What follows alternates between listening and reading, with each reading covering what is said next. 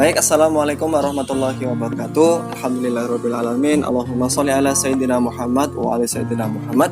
Baik anak-anak sekalian, mari kita awali pembelajaran kita dengan lafaz basmalah. Bismillahirrahmanirrahim.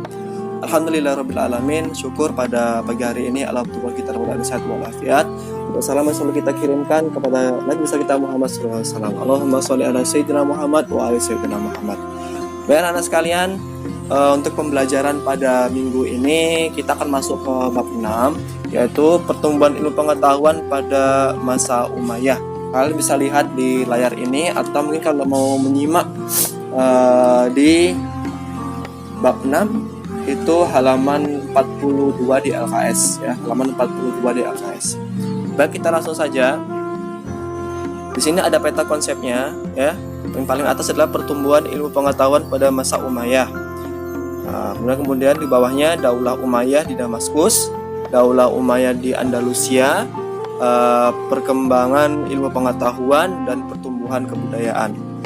Kemudian kita masuk ke bawahnya lagi, hikmah yang dapat dipetik dari sejarah pertumbuhan ilmu pengetahuan pada masa Umayyah. Sikap yang mulianya ya, diharapkan anak-anak bapak itu mempunyai sikap yang mulia, yaitu meningkatkan rasa cinta terhadap ilmu pengetahuan, semakin rajin membaca dan menuntut ilmu, percaya diri dan pantang menyerah, tekun dalam belajar. Baik, kita akan langsung masuk ya ke pembelajarannya, yaitu pada bagian yang C, yang Mutiara Khazanah Islam ya. Nomor 1 adalah Daulah Umayyah di Damaskus. Daulah itu bisa disebut dengan pemerintahan ya, pemerintahan atau kerajaan yang memerintah lah, kekhalifahan ya. Yaitu Daulah Umayyah yang pertama adalah di Damaskus ya, pada tahun 661 Masehi sampai 750 Masehi. Itu adalah masa kekuasaannya ya.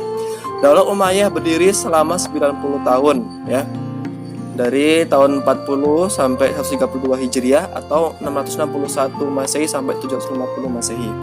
Pendirinya bernama Muawiyah bin Abi Sofyan bin Harb bin Umayyah.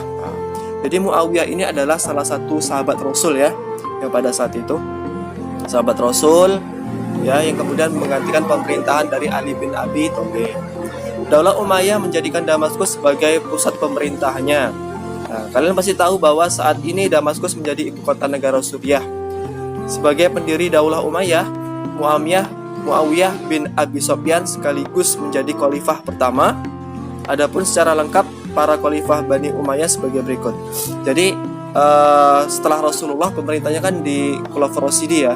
Khulafaur Rasyidin ada 4 ya, yaitu ada Abu Bakar, Umar, Utsman dan Ali. Nah, kemudian setelah 4 ini selesai pemerintahannya, kemudian beralih ke Daulah Umayyah ya, pemerintahan Daulah Umayyah atau negara Umayyah atau pemerintahan Umayyah atau kerajaan Umayyah seperti itu ya. Ini ada raja-rajanya. Yang pertama adalah Muawiyah sendiri, pendirinya. Kemudian yang kedua Yazid bin Muawiyah, Muawiyah bin Yazid, Marwan bin Hakam, Abdul Malik bin Marwan, Al-Walid Ibnu Abdul Malik, Sulaiman bin Abdul Malik, Umar bin Abdul Aziz, Yazid bin Abdul Malik, Hisham bin Abdul Malik, Walid bin Zaid, Yazid bin Walid, kemudian Marwan bin Muhammad. Jadi Marwan bin Muhammad ini adalah raja terakhir ya yang memerintah Daulah Umayyah ya, yang pertama ini ya. Nah, kemudian langsung kita ke berikutnya, nanti kalian bisa membaca ya.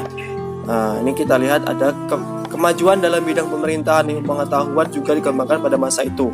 Perkembangan ilmu pengetahuan tersebut meliputi ilmu agama ya, seperti Al-Quran, hadis dan fikih, ilmu sejarah dan geografi, ilmu pengetahuan bidang bahasa, yaitu segala ilmu yang pelajari bahasa nahwu, saraf dan lain-lain, bidang ilmu filsafat, yaitu segala ilmu yang pada umumnya berasal dari bangsa asing seperti ilmu mantik, kimia, astronomi, ilmu hitung dan ilmu yang berhubungan dengan itu, serta ilmu kedokteran ya. Kemudian kita akan beralih ke Daulah Umayyah di Andalusia. Jadi tadi di Damaskus, sekarang di Andalusia. Di Damaskus sudah berakhir pemerintahnya, kemudian beralih ke Umayyah di Andalusia atau di daerah Spanyol ya. Kekuasaan Bani Umayyah di Damaskus berakhir pada tahun 750 Masehi. Kekhalifahan pindah ke tangan Bani Abbasiyah. Jadi setelah Umayyah kemudian Abbasiyah, itu yang disebut oleh Abbasiyah.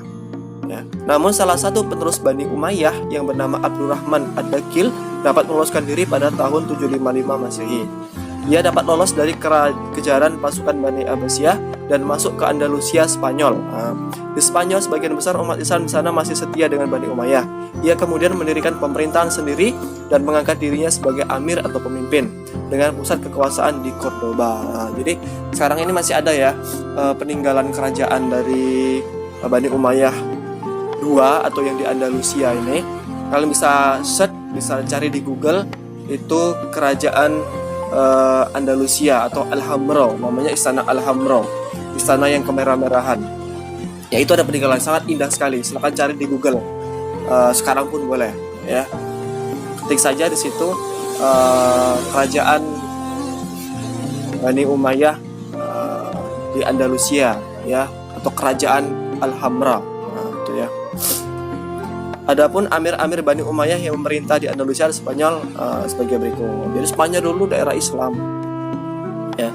Abdurrahman Ad-Dakil, Hisham bin Abdurrahman, Al-Hakim bin Hasham, Abdurrahman Al-Asad, Muhammad bin Abdurrahman, Munzi bin Muhammad, dan seterusnya ya, sampai Hisham 3 tahun 1027 sampai 1031 Masehi. Ya. Itu sekilas ya.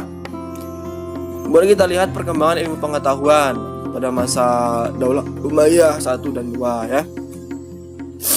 Ini ada ilmu kimia, ada kedokteran, ada sejarah, ada bahasa dan sastra ya, kalian baca sendiri tokoh-tokohnya. Nah, itu ya. Kemudian pertumbuhan kebudayaan, ada arsitektur. Nah, makanya kalian lihat arsitekturnya yang di Istana Alhambra di Andalusia. Nah, silakan cari di Google ya. Organisasi militer, perdagangan, kerajinan. Nah, itu adalah kemajuan seni dan budayanya ya, ilmu pengetahuan seni dan budaya. Oke, mungkin ini saja yang bisa Bapak sampaikan. Di sini ada kisah Al-Zahrawi, kalian bisa baca sendiri di buku kalian atau di PDF yang Bapak kasih untuk menambah khasanah kalian ya. Ini salah satu tokoh ilmuwan ya, Muslim. Dan anak sekalian, semoga bermanfaat pertemuan kita. Untuk tugasnya silakan kalian kerjakan di LKS, itu uji kompetensi halaman 49 ya, uji kompetensi halaman 49 di buku LKS ya. Akan dibaca di situ, dikerjakan, kemudian setelah mengerjakan difoto, dikirim ke classroom ya. Kerjakan dulu tugasnya, termasuk kalian yang mungkin belum mengerjakan minggu lalu ya, kerjakan juga tugas itu ya, jangan sampai kosong ya. Oke, semoga bermanfaat pertemuan kita pada kali ini ya. Jangan lupa di rumahnya tetap menjaga sholatnya, orang tuanya dibantu, jangan santai saja ya. Jadikan hari ini sebagai amalan kita ya, nanti insya Allah membantu kita di akhirat nanti. Amin ya rabbal alamin. Kita akhirlah washamdalillah, alhamdulillah rabbil alamin, subhanakallahumma bihamdika, asyhadu an la ilaha illa anta, astaghfiruka wa atubu ilaik. Sekian, wassalamualaikum warahmatullahi wabarakatuh.